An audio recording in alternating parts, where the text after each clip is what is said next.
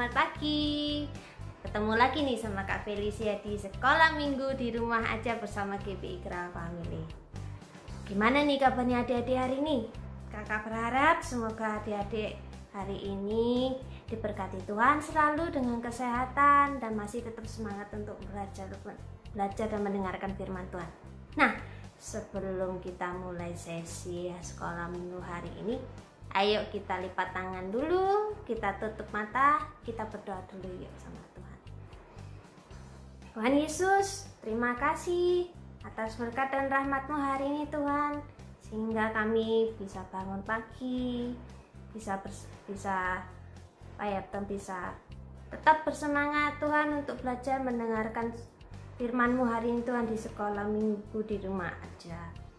Tuhan, berkatilah kami, berikanlah kami hikmat dan akal budi supaya kami bisa memahami dan mengerti firman yang akan disampaikan hari ini Tuhan. Kami serahkan kegiatan sekolah minggu hari ini Tuhan, hanya di dalam nama Tuhan Yesus kami berdoa dan mengucap syukur. Amin. Nah, sebelum kita mendengarkan firman Tuhan hari ini, ayo kita memuji Tuhan dulu. Kakak pingin kalian semua berdiri, kita menari dan bernyanyi yang semangat yuk buat Tuhan. Ayo berdiri semua, kita memuji Tuhan.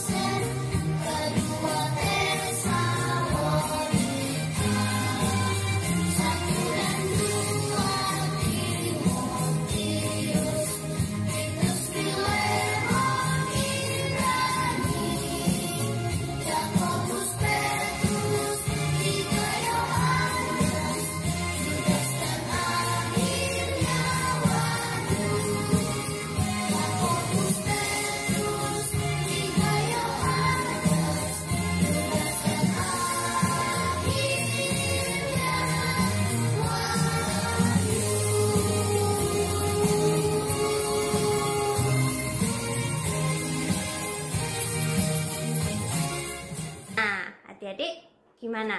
Udah semangat belum untuk mendengarkan firman Tuhannya? Nah, hari ini kakak akan membawakan sebuah firman Tuhan, adik-adik. Kita mendengarkan sedikit cerita dulu nih. Mungkin cerita ini sudah sering kalian dengarkan mungkin di sekolah sama guru agama kalian, atau diceritakan langsung sama orang tua kalian, sama papa atau mama waktu saat teduh. Nah, tema firman hari ini adalah mengenai semua keadaan bisa berubah jadi baik. Ceritanya dari mana nih? Kalian pasti penasaran. Apakah situasi seperti ini nih? Contohnya kayak waktu sekarang sekolah online, nggak bisa kemana-mana, kalian pun jarang ketemu teman kalian karena situasi masih dalam keadaan COVID-19. Pasti kalian bosan, pasti kalian mikir, Tuhan, kapan sih situasi bisa membaik? Aku kan bosan di rumah. Aku pingin bisa jalan-jalan ke mall lagi. Aku pingin bisa keluar rumah. Pingin bisa main sama teman-teman. Atau mungkin kalian pingin bisa ketemu teman-teman kalian dan guru-guru kalian lagi di sekolah. Tapi jangan putus asa dulu adik-adik. Semua pasti baik. Semua pasti akan kembali baik seperti sedia kala. Kisah ini diambil di dalam Alkitab dari seorang buta bernama Bartimeus. Kisah ini ada di kitab Markus. Nah, kisah ini terjadi sewaktu Tuhan Yesus masih melayani di dunia. Nah, waktu itu adik-adik, ada seorang buta dan miskin banget, namanya Bartimeus. Setiap hari itu dia duduk di pinggir jalan, minta sedekah pada orang-orang yang lewat. Kadang-kadang ada yang kasihan sama beliau dan akhirnya dikasih sedikit uang atau sedikit makanan. Uang yang terkumpul tiap hari itu terkadang dia buat untuk makan. Meskipun sedikit, dia tetap belajar untuk berusaha mensyukuri apa yang dia miliki. Biasa nih, dia duduk di pinggir jalan, berteriak, minta sedekah, berikanlah saya sedekah. Tiap hari dia berteriak pada hari itu. Hari itu tuh sangat cerah banget, sama kayak hari ini. Coba kalian lihat di luar, langitnya biru, mataharinya bersinar terang sekali. Tapi sayangnya si Bartimeus kan nggak bisa menikmati hari. Karena apa? Dia buta. Namun dia tuh dapat mendengarkan suara burung-burung yang berkicau tiap hari. Dan tiap hari, dan karena dia buta, pendengarannya dia juga cukup tajam, adik-adik. Dia tahu kalau ada orang yang lewat. Dia tahu ada pergerakan orang yang sedang jalan kaki, atau suara kereta, atau suara tapak keledai yang lewat. Banyak. Pengemis buta itu duduk di tepi jalan. Dan dia tetap berharap semoga aja hari ini ada yang ngasih dia duit. Semoga aja hari ini dia dapat rezeki yang banyak. Nah, dia nunggu 5 menit, 10 menit. Hari ini agak sepi kayaknya. Tapi selang beberapa menit kemudian tiba-tiba rame banget ada orang lewat. Si Bartimeus berharap, wah, kalau ada orang banyak seperti ini nih, siapa tahu hari ini dapat rezeki banyak. Pokoknya hari ini harus teriak kencang, siapa tahu hari ini aku dapat. Nah, tepat di depan Bartimeus ada seseorang. Dia pun bertanya, maaf, hari ini ada apa ya? Kok banyak orang yang ngumpul di sini? Lalu orang itu menjelaskan, oh, kamu nggak tahu ya? Ada Tuhan Yesus di sini. Ada orang Nazaret yang berkunjung bersama murid-muridnya. Nah, rupanya Bartimeus pernah mendengar tentang Tuhan Yesus. Dia pernah mendengar bagaimana Tuhan Yesus menyembuhkan banyak orang dan melakukan banyak sekali mujizat. Dan dengan keras dan kencang dia berteriak, Yesus, anak Daud, kasihanilah aku. Dia berteriak berkali-kali dengan suara yang makin keras supaya Tuhan Yesus dengar. Nah, tiba-tiba salah satu dari murid Tuhan Yesus itu datang melihat Bartimeus dan berkata, loh, hai pengemis, berhentilah berteriak dan diam saja, suaramu mengganggu kami. Nah, si Bartimeus pun tidak menghiraukan apa kata si murid Tuhan Yesus ini. Dia pun makin terus berteriak, makin kencang supaya Tuhan Yesus mendengarkan teriakannya. Nah, tiba-tiba dia mendengar, kok diam? Tidak ada suara sama sekali. Tidak ada orang yang berjalan dan tidak ada orang yang lewat di depannya. Tiba-tiba suasana pun hening sekali.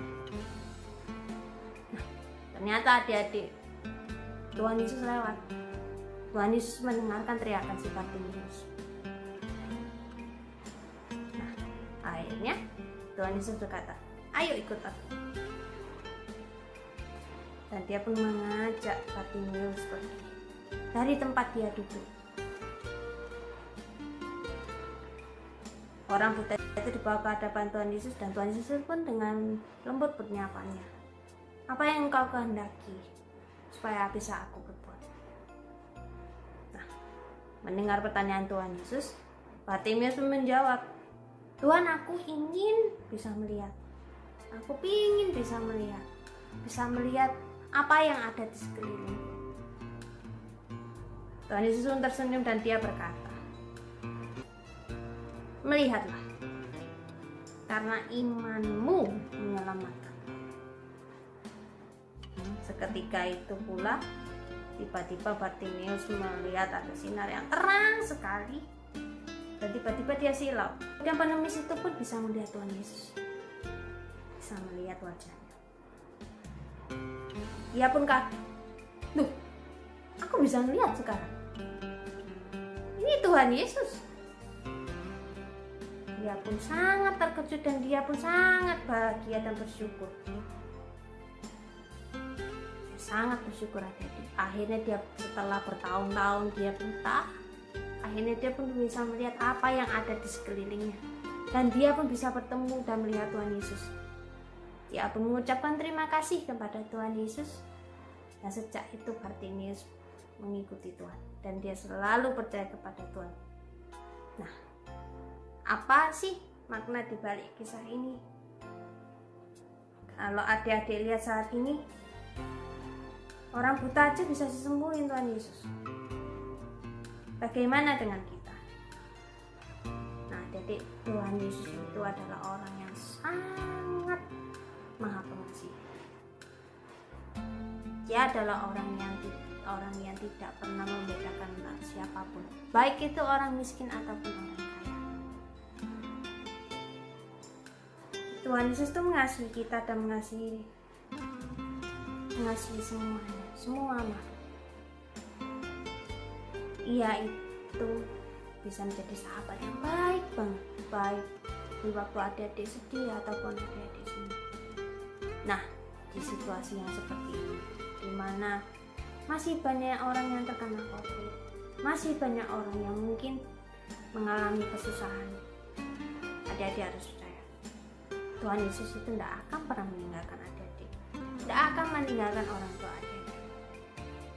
Nanti ketika waktunya tiba, ketika wabah ini sudah berakhir adik-adik, semua akan kembali baik-baik aja.